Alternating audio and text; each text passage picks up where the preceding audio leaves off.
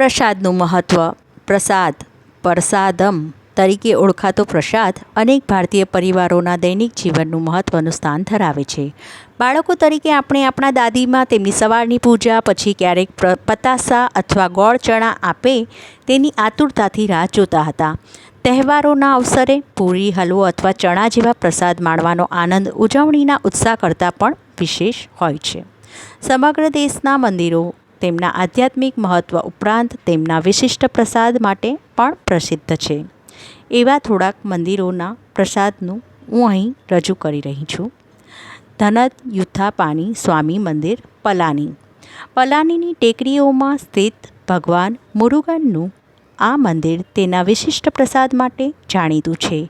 ભક્તો અહીં 5 પ્રકારના ફળ, ગોળ, સાકરની કેન્ડી ધરે છે. તેમાંથી પંચામૃત તરીકે ઓળખાતો જામ જેવી વાનગી બનાવવામાં આવે છે. આ પ્રસાદની લોકપ્રિયતા એટલી છે કે હવે ટેકરીની તળેટીના મંદિરની પાસે જ એક મોટો મેટલ પ્લાન્ટ ખાતે તેનું જથ્થાબંધ ઉત્પાદન કરવામાં આવી રહ્યું છે. આ પ્રસાદને GIT ટેગ પણ મળેલું છે. અમાબલા કુજલા કૃષ્ણ મંદિર, તિરુવનંતપુરમ નજીકમાં આવેલું અમાબલા પૂજામાં સ્થિત શ્રી કૃષ્ણ મંદિરમાં ભક્તોને પ્રસાદનું વિતરણ વિશિષ્ટ પ્રકારે કરે છે. અહીં આપવામાં આવતા દૂધ, સાકર અને ચોખાથી બનાવવામાં આવેલું પાયાસમ આમ તો એક સામાન્ય મીઠાઈ છે, પણ આ પ્રસાદ એટલા માટે વિશિષ્ટ છે કારણ કે પરંપરાગત રસોઈયાઓ તેમની પેઢીઓથી શીખવવામાં આવેલી પરંપરાગત પદ્ધતિથી તેને તૈયાર કરે છે. અજાગર કોવિલ, મદુરાઈ. અલાગર મંદિર તરીકે પણ ઓળખાતું અજાગર કોવિલ મદુરાઈથી 21 કિલોમીટરના અંતરે આવેલું છે. ભગવાન વિષ્ણુને સમર્પિત આ મંદિરમાં ભક્તોને પ્રસાદમાં ઢોસા આપવામાં આવે છે. તેનું મુખ્ય કારણ એ છે કે ભક્તો અહીં દેવતાઓને અનાજ અર્પણ કરે છે અને પછી આ જ અનાજના ઉપયોગથી તાજા ઢોસા બનાવવામાં આવે છે અને ભક્તોને પ્રસાદ તરીકે આપવામાં આવે છે. શ્રી બાંકે બિહારી, વૃંદાવન. કૃષ્ણ ભગવાનની બાળપણની વાર્તાઓ માખણ પ્રત્યેના તેમના પ્રેમથી ભરેલી છે. માખણ ચોરવાની અને તેમની માતા યશોદા સાથે તોફાની વાર્તાલાપની વાર્તાઓ પ્રસિદ્ધ છે. આથી જ અહીં અપાતા પ્રસાદમાં મિશ્રી સાથે માખણ આપવામાં આવે તે સ્વાભાવિક છે.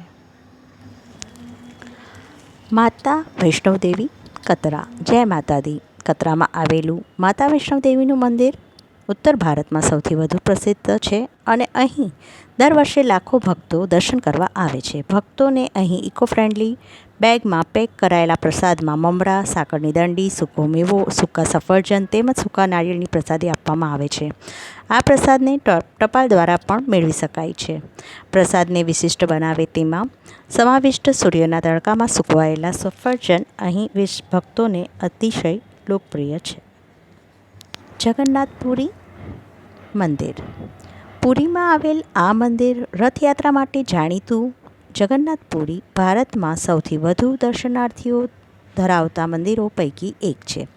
મંદિરોમાં દેવતાઓને કાચા અને પકાયેલા એમ 56 પ્રકારની સામગ્રી બનાવાયેલી પ્રસાદ અર્પણ કરવામાં આવે છે. દેવતાઓને અર્પણ કરવામાં આવેલા પ્રસાદને ભક્તોએ આ પ્રસાદને સ્ટોલ પરથી પણ ખરીદી શકે છે. સુવર્ણ મંદિર, અમૃતસર. સુવર્ણ મંદિરનો પ્રસિદ્ધ પ્રસાદ કડા પ્રસાદ તરીકે ઓળખાય છે.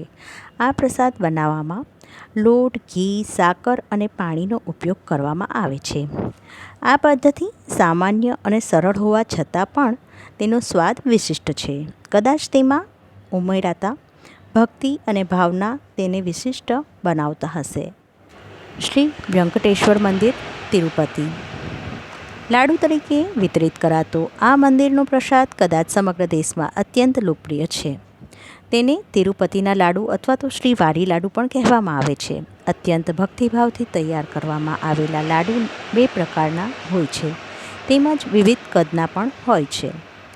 તાજેતરમાં જ આ પ્રસાદને GI ટેગ પણ આપવામાં આવ્યું છે.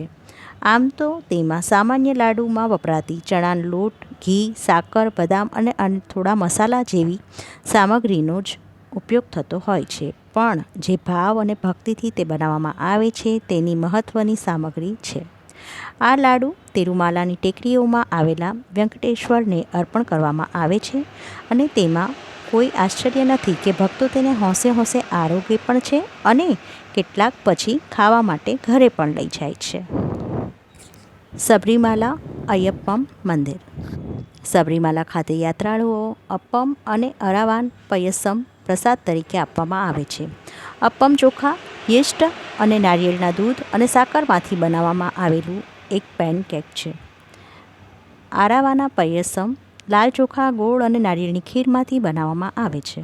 તહેવારો અને દૈનિક પ્રથાના સમૃદ્ધ કરતા દેશભરના મંદિરોમાં વહેંચવામાં આવતા આવા વૈવિધ્યસભર પ્રસાદીની શોધમાં આપણે આધ્યાત્મ સાથે સ્વાદનું મિશ્રણ કરાવતી પરંપરામાં ડૂબકી લગાવીએ તો દેશમાં મહત્ત્વના મંદિરો દ્વારા અપાતા વિશિષ્ટ પ્રસાદનો સ્વાદ અહીં આપણે માણીએ. એવા જ એક મંદિરની વાત કરીએ, સંકટમોચન મંદિર, વારાણસી. વારાણસીમાં આવેલું સંકટમોચન મંદિર હનુમાનજીના સુપ્રસિદ્ધ મંદિર પૈકી એક છે. સંકટમોચન મંદિર ખાતે પ્રસાદમાં અપાતા લાલ પેડા વિખ્યાત છે. દૂધ, સાકર અને એલચીમાંથી બનાવવામાં આવેલા આ લાલ પેડા અહીંની વિશિષ્ટતા છે. મીઠાઈથી લઈને સ્વાદિષ્ટ પકવાન સુધી વિવિધ મંદિરમાં મળતા પ્રસાદની વિવિધતા વિશાળ અને આકર્ષક છે. પ્રસાદ ભલે આધ્યાત્મિક આશીર્વાદ તરીકે માનવામાં આવતો હોય પણ આ પવિત્ર તર્પણો સાથે આવતા સ્વાદ અને સુગંધ પણ એટલા જ લોભામણા છે. કેટલાક મંદિરો તો ખાસ એવા વિશિષ્ટ પ્રસાદ બનાવે છે કે જેમાં ધાર્મિક ઉપરાંત સ્વાદિષ્ટતાનું પણ મહત્ત્વ હોય છે. આજે આપણે એવા જ એક મંદિરની વાત કરીએ, ચીની કાલી મંદિર, કલકત્તા. આ મંદિર સામાન્ય કાલી મંદિર જેવું લાગે છે પણ અહીં વાસ્તવમાં તેવું નથી. આ મંદિરની વિશિષ્ટતા છે કે અહીં પ્રસાદમાં નૂડલ્સ અને ચોપ સુઈ અને ફ્રાઈડ રાઈસ જેવા ચાઇનીઝ ખોરાક આપવામાં આવે છે. આ વિશિષ્ટ પ્રથા અહીં દાયકાઓથી ચાલી આવે છે. સમગ્ર દેશમાં મંદિરો તેમના આધ્યાત્મિક મહત્ત્વ ઉપરાંત તેમના વિશિષ્ટ પ્રસાદ માટે પણ પ્રસિદ્ધ છે. આ દિવ્ય તર્પણો માત્ર ખાદ્ય પદાર્થ નથી પણ સદીઓથી અહીં આપણા વ્યવહારની ઊંડે સુધી ઉતરતી ગયેલી પરંપરા છે. પ્રસાદનો પ્રત્યેક કોળિયો પ્રાચીન પ્રથાઓ સાથે જોડાયેલો છે અને પ્રત્યેક મંદિર તેના વાસ્તવિક દેવતાઓ સાથે સંકળાયેલા તેના વિશિષ્ટ પ્રસાદ માટે પ્રસિદ્ધ છે. આ મંદિર ઉપરાંત સ્વામિનારાયણ મંદિરમાં મળતી લાડુ તેમજ ઇસ્કોન મંદિરમાં રામ ખીચડીનો પ્રસાદ પણ તેટલો જ વિખ્યાત છે અને એવી જ રીતે જૈન મંદિર તીર્થસ્થળ મહુડીની સુખડીનો પ્રસાદ પણ ભક્તોને એટલો જ પ્રિય છે. પ્રસાદ. કવિ મણિલાલ રૂંધાણી. એમ તો ગંજ ખડક્યો હતો મંદિરોમાં મીઠાઈઓનો, પણ ધર્યો જે પ્રભુને એ પ્રસાદ થઈ ગયો. આસમાનમાં વિહળતા હતા ગર્જના કરતા બેશુમાર, પણ ઢોળાયા જે વાદળો એનો વરસાદ થઈ ગયો.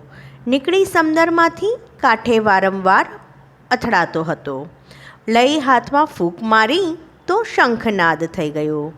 દલીલોથી તંગ આવીને વાત સમાધાન પર આવી, પણ નમતું કોણ આપે એ વાત પર ફરી વિવાદ થઈ ગયો.